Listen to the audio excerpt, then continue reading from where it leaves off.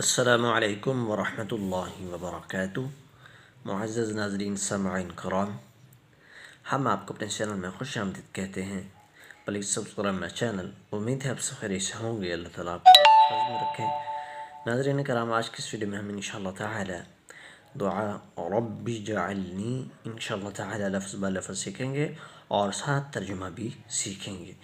बिस्मिल्लाहिर रहमानिर रहीम। रब्बी जअलनी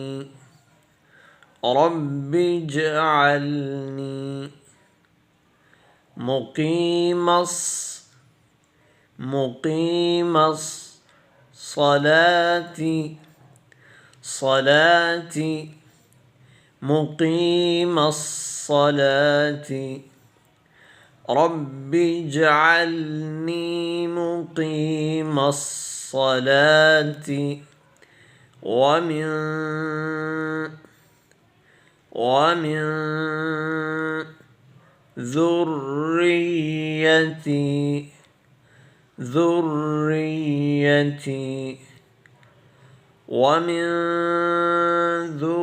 ذريتي ربي اجعلني مقيم الصلاة ومن ذريتي ربنا وتقبل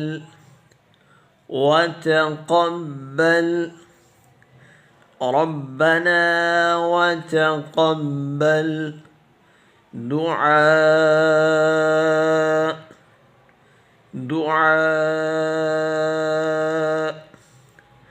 ربنا وتقبل دعاء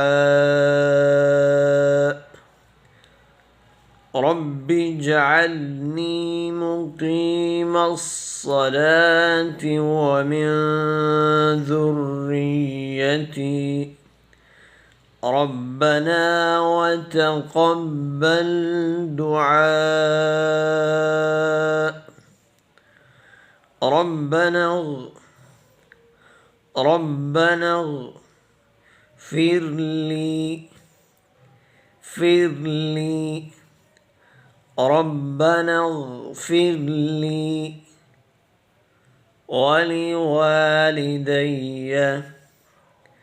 ولوالدي ربنا اغفر لي ولوالدي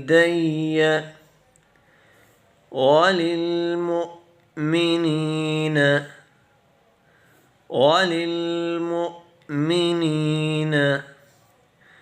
ربنا اغفر لي ولوالدي وللمؤمنين يوم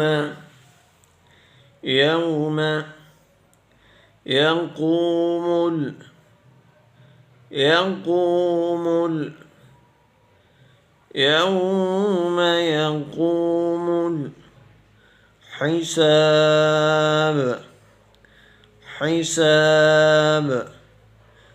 يوم يقوم الحساب ربنا اغفر لي ولوالدي وللمؤمنين يوم يقوم الحساب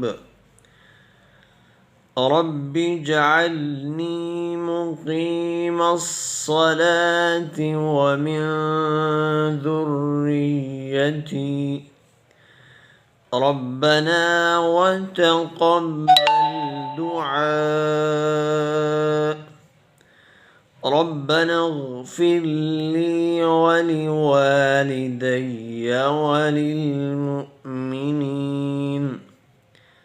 وللمؤمنين يوم يقوم الحساب। तर्जुमा। ए मेरे रब, मुझे नमाज को कायम करने वाला रख और कुछ मेरी औलाद को। ए हमारे रब, और हमारी दुआ सुन ले। ए हमारे रब, मुझे बख्श दे और मेरे माँ बाप को और सब मुसलमानों को जिस दिन हिसाब कायम होगा। इसकी फ़जीलत अपने और वालिदैन और आम मुसलमानों के लिए तलबे बरकत मग़फ़िरत की दुआ है। हज़रत इब्राहीम अलैहिस्सलाम ने की थी। कुरान हकीम ने इसे सनद और नज़ीर के लिए क़यामत तक के लिए अहले हक़ के लिए नक़ल कर दिया है।